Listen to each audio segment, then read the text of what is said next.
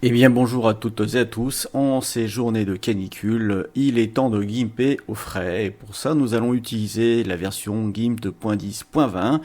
Nous en sommes maintenant au 28e tutoriel pour débutants en voyant les outils les uns après les autres et aujourd'hui je vous propose un outil, un couteau suisse, l'outil de transformation par poignée. Alors l'outil de transformation par poignée, vous allez le trouver donc dans les outils unifiés, si vous n'avez pas touché ici les outils de transformation. Et donc on a le raccourci qui est majuscule L, ici, voilà. Alors je tâtonne un peu parce qu'en fait c'est un raccourci que je n'utilise pas. Alors on va aussi le retrouver dans outils, bien sûr, dans outils de transformation, et si l'on cherche, on va trouver outils de transformation par poignée, de même que sur le menu contextuel au clic droit, vous allez avoir dans les outils de transformation et l'outil de transformation par poignée, qui est, voilà, majuscule L. Alors c'est un espèce de couteau suisse avec lequel on peut faire pas mal de choses.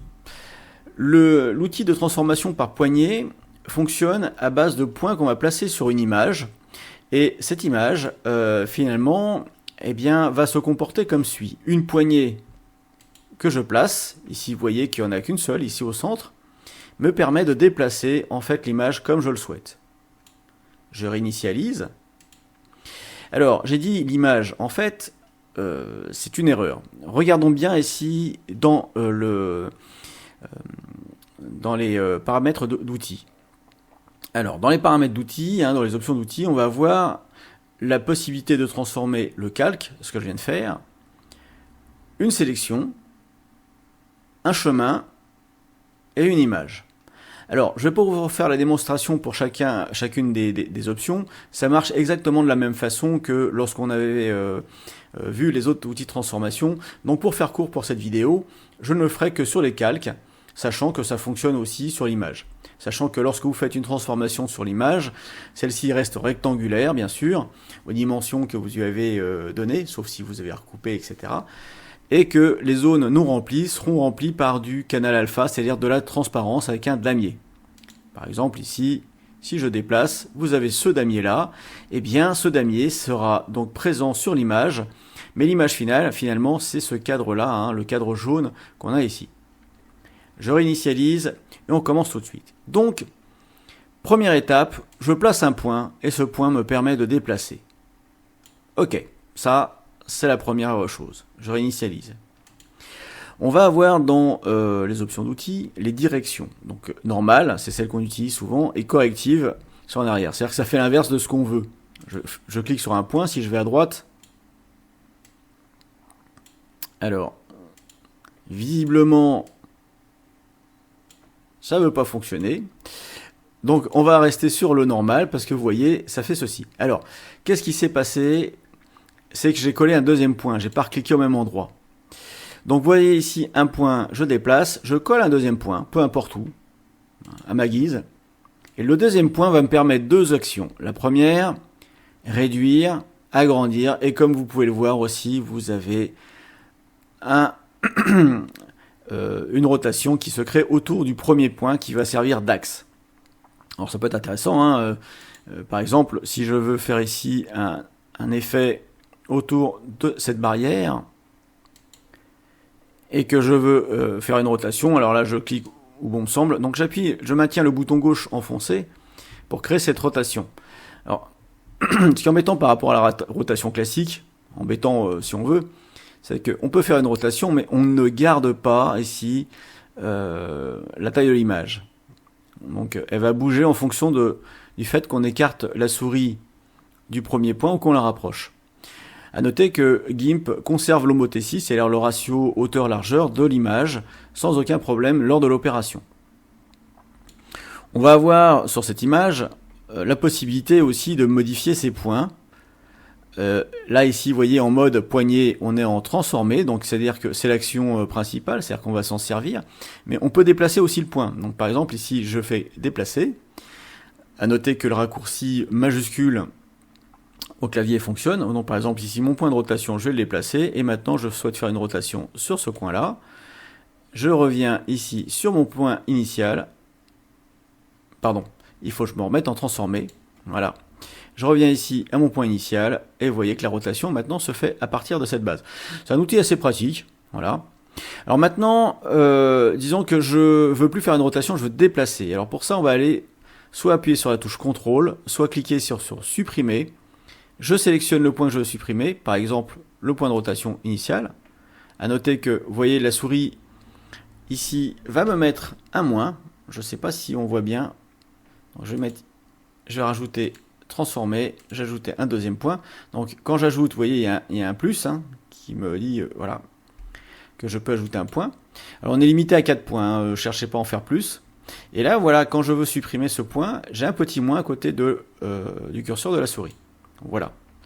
Donc à partir de ce moment-là, si je retourne en transformer, eh bien, je vais pouvoir déplacer comme on avait fait initialement avec un seul point, puisqu'il ne reste qu'un seul point.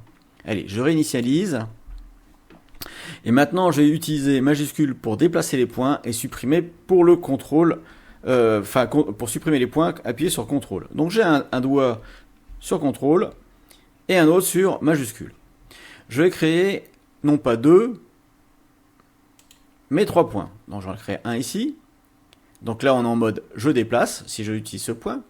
Un deuxième point, on est sur agrandir, rétrécir et rotation à partir du premier point qui a été posé. Et je prends maintenant un troisième. Et là on arrive dans un espace qui nous permet de faire une perspective. Et là l'homothétie il en a rien à faire parce qu'en fait il va écarter par rapport au premier point. Voilà, hop. Donc on va pouvoir comme ça faire une déformation. Et alors si vous avez bien remarqué cette déformation, eh bien vous avez reconnu le cisaillement utilisé dans GIMP. Donc après, alors, la difficulté ici c'est de retrouver le point initial. Il est là, hop. Et d'ailleurs je ne sais pas si vous voyez, mais le curseur, j'aurais peut-être dû... Alors j'ai déplacé le point ici. Donc j'appuie sur Maj. Je le déplace. Et voilà. Et qu'est-ce qui s'est passé? Réinitialiser. Alors attendez. Je vais mettre mes 3 points ici. Hop, hop, hop. Dans une zone marron. Je vais déplacer ceci au centre. Je zoome. Et regardons ce qui se passe. Si j'appuie ici, donc sur... si je laisse ma souris sans appuyer, pardon, sur le cercle, on a le symbole de cisaillement qui s'affiche. Alors j'appuie sur CTRL. Il ne reste plus que 2 points. Et là, vous voyez, à côté, j'ai la rotation qui se met. Donc rotation et agrandissement. Le petit symbole. J'appuie sur moins. Et si on va maintenant sur le dernier point, le premier, ici, vous voyez, j'ai une croix de déplacement. Donc en fait, en ajoutant des points, on modifie la structure de l'outil. Alors maintenant, je vais mettre un 4e point. Et là, vous voyez ici, vous avez l'outil qu'on a vu précédemment, c'est-à-dire l'outil de mise en perspective qui va tout simplement s'afficher. Voilà un petit peu pour cet outil, ce qu'il peut faire. Alors ma foi, il est intéressant quand vous êtes en train de travailler sur une image. Par exemple, ce que j'avais fait dans le tutoriel précédent, le tutoriel numéro 27, à savoir incruster une image dans un écran, j'aurais pu le faire avec cet outil en mettant tout simplement la mise en perspective directement de mon image. Alors là, j'ai mis au milieu de l'image, mais on peut bien sûr mettre nos coins aux quatre angles de l'image. Ça c'est parfaitement faisable. Oups, décidément, j'ai une réaction un peu lente. Voilà, donc ici je prends un premier point, un deuxième point. Enfin, à noter quand même que vous avez ces options-là qui sont pas mal. Voilà, donc ici on peut faire cette transformation. Et ensuite, en appuyant sur supprimer, clac, clac, clac, je supprime. Voilà, on peut déplacer par exemple. J'en colle un deuxième de nouveau dans l'angle, ici, paf. Et là, je peux rétrécir mon image ou la faire pivoter comme je le souhaite. Voilà, donc au lieu d'être toujours en train de naviguer ici entre la rotation, la mise à l'échelle, le cisaillement et la perspective qu'on a vu précédemment, eh bien vous avez cet outil qui vous permet de faire tout ça en une seule opération. Donc transformation par poignée. C'est pas mal. Alors avant, on avait transformation par cage, mais on l'a maintenant dans un autre groupe, ici. Alors, il fait pas tout à fait la même chose. Là, ça déforme les pixels, ça les déplace. C'est pour ça que vous avez ici, dans les outils de transformation, des outils qui vont jouer sur la rotation, le cisaillement, la position, etc. Voilà un petit peu pour ce tutoriel. J'ai fait rapide, exhaustif. À savoir que maintenant, vous savez qu'il peut y avoir des guides. Donc les guides pour les lignes de centre, les règles des tiers, etc. Donc ça s'applique, c'est toujours applicable, il n'y a pas de problème là-dessus. Le mode de rognage, eh bien, donc on peut rogner, ajuster. Donc ajuster ici, c'est ce qu'on a fait. Rogner, ça va couper. Rogner selon le résultat, voilà. Donc je vous laisse essayer un petit peu ces différentes options. Vous verrez, les résultats sont différents selon leur utilisation. Je vais pas aller plus loin parce que j'en ai déjà parlé à chaque outil. Je pense que maintenant, je vais pas vous baratiner avec tout ça. Ça serait long pour vous comme pour moi.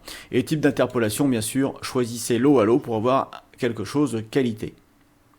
Donc une image qualitative avec low halo. Là, j'ai pris aucune pour privilégier la vitesse et finalement avoir un travail qui sera bâclé, mais qui correspond en fait à mes besoins pour les tutoriels, c'est-à-dire ne pas avoir l'ordinateur qui lag trop. Alors un petit truc intéressant, je vais réinitialiser, je vais laisser l'image telle quelle, voilà, aucun guide, et on va ajouter un texte. Alors c'est un outil qu'on n'a pas encore vu. Ok, alors maintenant avec cet outil, j'aurais tendance à vouloir le déplacer, etc. Mais je vais utiliser l'outil de... Voilà, donc je prends ici un, et je peux déplacer mon outil, ici voilà, je place un deuxième, et je peux agrandir, faire une petite rotation, vous voyez. Et si j'en place un troisième, eh bien, je vais pouvoir jouer sur la largeur ou la hauteur, je suis en cisaillement. Et si je vais plus loin, donc là, je vais prendre par exemple un quatrième point. Alors, j'ai déplacé, donc j'appuie sur Maj, ici. Celui-là, je le mets tout là-haut. Celui-ci, vous voyez que j'ai la croix de déplacement qui se met en place sur la souris, ici. Donc je peux déplacer, je relâche la touche majuscule, donc je reviens en transformer, je clique ici, j'ai mon quatrième point, et là maintenant, je peux faire une mise en perspective de mon histoire. Voilà, c'est pas mal. C'est pas mal parce qu'en fait, on peut faire plusieurs opérations. Alors je dis c'est pas mal dans le sens... utilisation de l'outil, ne jugez pas la qualité de l'image et le rendu parce que finalement, à part avoir écrit GIMP là-dessus, j'ai rien fait de plus. Voilà. Donc voilà, une des utilisations qu'on peut faire, de même que pour placer un personnage découpé ou autre dans GIMP. Alors sur ce, moi je vous souhaite un bon rafraîchissement. Peut-être que vous allez regarder ceci en hiver et ça vous paraîtra saugrenu. Sachez qu'on est en pleine canicule ici. Nous sommes là j'enregistre ça, on est dimanche 9 août. Il est déjà 10h30 et dehors on a déjà du 39 degrés à Évaux-les-Bains. Allez, je vous fais à toutes et à tous la bise. Pour ceux qui ont la chance de se rafraîchir au bord de l'eau, eh bien faites attention aux moustiques. Ciao!